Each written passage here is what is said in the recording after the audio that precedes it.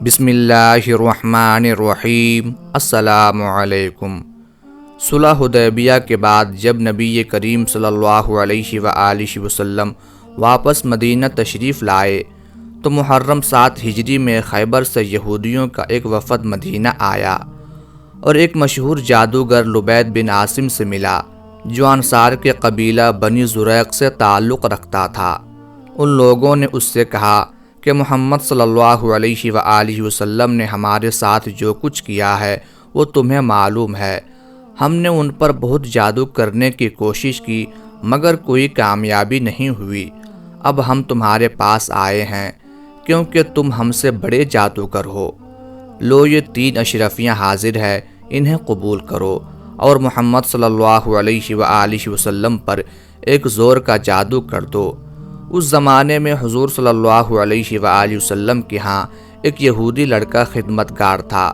اس سے ساز باز کر کے ان لوگوں نے حضور صلی اللہ علیہ وآلہ وسلم کی کنگھی مبارک کا ایک ٹکڑا حاصل کر لیا جس میں آپ کے منہ مبارک تھے۔ انہی بالوں اور کنگھی کے دندانوں پر جادو کیا گیا۔ بعض روایات میں ہے کہ لبید بن عاصم نے خود جادو کیا تھا اور بعض میں یہ ہے کہ اس کی بہنیں اس سے زیادہ جادوگرنیاں تھیں، ان سے اس نے جادو کروایا تھا۔ بہرحال ان دونوں صورتوں میں جو صورت بھی ہو، اس جادو کو ایک نر کھجور کے خوشے کے غلاف میں رکھ کر لبید نے بنی زریق کے کنویں زروان یا ذی اروان نامی کی تہ میں ایک پتھر کے نیچے دبا دیا۔ اس جادو کا اثر نبی کریم صلی اللہ علیہ وآلہ وسلم پر ہوتے ہوتے پورا سال لگا۔ دوسری ششماہی میں کچھ تغیر مزاج محسوس ہونا شروع ہوا۔ آخری 40 دن سخت اور آخری 3 دن زیادہ سخت گزرے، مگر اس کا زیادہ سے زیادہ جو اثر حضور صلی اللہ علیہ وآلہ وسلم پر ہوا وہ بس یہ تھا کہ آپ گھلتے جا رہے تھے۔ کسی کام کے متعلق خیال فرماتے کہ وہ کر لیا ہے مگر نہیں کیا ہوتا تھا۔ اپنی ازواج کے متعلق خیال فرماتے کہ آپ ان کے پاس گئے ہیں مگر نہیں گئے ہوتے تھے، اور بعض اوقات آپ کو اپنی نظر پر بھی شبہ ہوتا تھا کہ کسی چیز کو دیکھا ہے مگر نہیں دیکھا ہوتا تھا۔ یہ تمام اثرات آپ کی ذات تک محدود رہی، حتیٰ کہ دوسرے لوگوں کو معلوم تک نہ ہو سکا کہ آپ پر کیا گزر رہی ہے۔ رہی آپ کے نبی ہونے کی حیثیت تو اس میں آپ صلی اللہ علیہ وآلہ وسلم کے فرائض کے اندر کوئی خلل واقع نہ ہونے پایا۔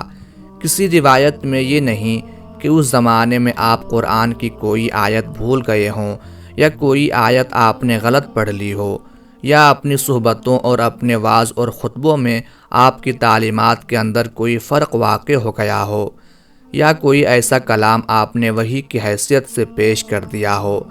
آخر کار آپ ایک روز حضرت عائشہ صدیقہ رضی اللہ تعالی عنہا کے ہاں تھے کہ آپ نے بار بار اللہ تعالیٰ سے دعا مانگی۔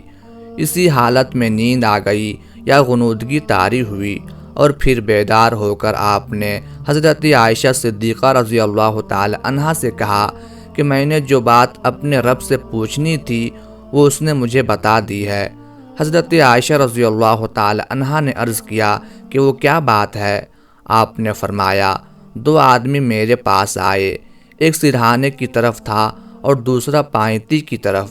ایک نے پوچھا انہیں کیا ہوا؟ دوسرے نے جواب دیا ان پر جادو ہوا۔ اس نے پوچھا کس نے کیا ہے؟ جواب دیا لبید بن عاصم نے۔ پوچھا کس چیز پر کیا ہے؟ جواب دیا کنگھی اور بالوں میں ایک نر کھجور کے خوشے کے غلاف کے اندر۔ پوچھا وہ کہاں ہے؟ جواب دیا بنی زریق کے کنویں زروان کی تہ میں پتھر کے نیچے ہیں۔ پوچھا اب اس کے لیے کیا کیا جائے؟ جواب دیا کہ کنویں کا پانی سونت دیا جائے اور پھر پتھر کے نیچے سے اس کو نکالا جائے۔ اس کے بعد نبی کریم صلی اللہ علیہ وآلہ وسلم نے حضرت علی رضی اللہ تعالی عنہ، حضرت عمار بن یاسر رضی اللہ تعالی عنہ اور حضرت زبیر رضی اللہ تعالی عنہ کو بھیجا۔ ان کے ساتھ جبیر بن ایاس زرقی اور قیس بن محسن زرقی بھی شامل ہو گئے۔ بعد میں حضور صلی اللہ علیہ وآلہ وسلم خود بھی چند اصحاب کے ساتھ وہاں پہنچ گئے۔ پانی نکالا گیا اور وہ غلاف برآمد کر لیا گیا۔ اس میں کنگھی اور بالوں کے ساتھ ایک تانت کے اندر 11 گرہیں پڑی ہوئی تھی اور موم کا ایک پتلا تھا جس میں سوئیاں چبھوئی ہوئی تھی۔ حضرت جبرائیل علیہ السلام نے آ کر بتایا کہ آپ معوذ پڑھیں۔ چنانچہ آپ صلی اللہ علیہ وآلہ وسلم ایک ایک آیت پڑھتے جاتے اور اس کے ساتھ ایک ایک گرہ کھولتے جاتے اور پتلے میں سے ایک ایک سوئی نکالی جاتی رہی۔ خاتمے تک پہنچتے ہی ساری گرہیں کھل گئیں، ساری سوئیاں نکل گئیں اور آپ جادو کے اثر سے نکل کر بالکل ایسے ہو گئے جیسے کوئی شخص بندھا ہوا تھا، پھر کھل گیا۔ اس کے بعد آپ نے لبید کو بلا کر باز پرس کی۔ اس نے اپنے قصور کا اعتراف کر لیا اور آپ نے اس کو چھوڑ دیا، کیونکہ اپنی ذات کے لیے آپ نے کبھی کسی سے انتقام نہیں لیا۔ یہی نہیں بلکہ آپ نے اس معاملے کا چرچا کرنے سے بھی یہ کہہ کر انکار کر دیا کہ مجھے اللہ نے شفا دی، اب میں نہیں چاہتا کہ کسی کے خلاف لوگوں کو بھڑکاؤں۔ یہ ہے سارا واقعہ اس جادو کا۔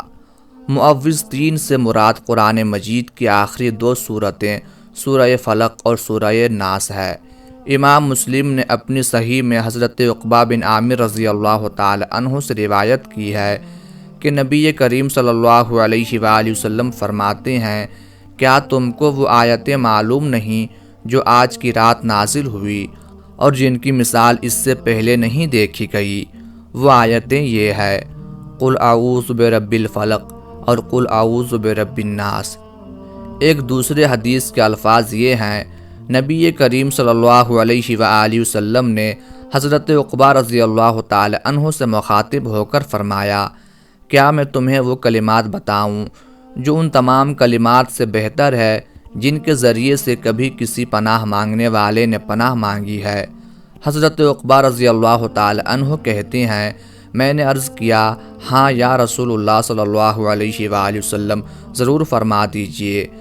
آپ صلی اللہ علیہ وآلہ وسلم نے فرمایا، قل اعوذ برب الفلق اور قل اعوذ برب الناس۔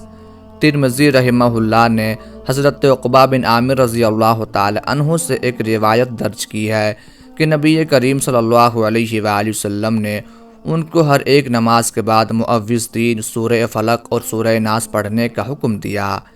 ترمذی، سنن نسائی اور ابو داؤد شریف میں حضرت عبداللہ بن حبیب رضی اللہ تعالی عنہ سے روایت ہے کہ ہم ایک اندھیری رات میں جب کہ بارش ہو رہی تھی، اس لیے اپنے گھروں سے نکلے کہ نبی کریم صلی اللہ علیہ وآلہ وسلم کے پیچھے نماز ادا کریں۔ ہم آپ صلی اللہ علیہ وآلہ وسلم کی خدمت میں پہنچے تو ارشاد ہوا، کہو کیا کام ہے؟ میں چپ رہا۔ آپ صلی اللہ علیہ وآلہ وسلم نے پھر فرمایا، کہو۔ میں پھر بھی چپ رہا تو آپ صلی اللہ علیہ وآلہ وسلم نے یوں ارشاد فرمایا، صبح و شام قل هو اللہ احد اور معوذ پڑھا کرو، تم ہر ایک قسم کے شر سے محفوظ رہو گے۔ ترمذی نے اس حدیث کو حسن صحیح کہا ہے۔ صحیح میں حضرت عائشہ صدیقہ رضی اللہ تعالی عنہا سے روایت ہے کہ نبی کریم صلی اللہ علیہ وآلہ وسلم جب سونے کا ارادہ کرتے تو قل هو اللہ احد اور معوذ پڑھ کر اپنے ہاتھوں پر پھونکتے تھے، جس کے بعد اپنے منہ پر اور اپنے جسم کے تمام حصوں پر جہاں تک آپ کا دست مبارک پہنچ سکتا تھا پھیر لیتے تھے۔ حضرت عائشہ صدیقہ رضی اللہ تعالی عنہا فرماتی ہیں کہ جب آپ صلی اللہ علیہ وآلہ وسلم بیمار ہوئے تو آپ نے مجھ کو ایسا کرنے کا حکم دیا۔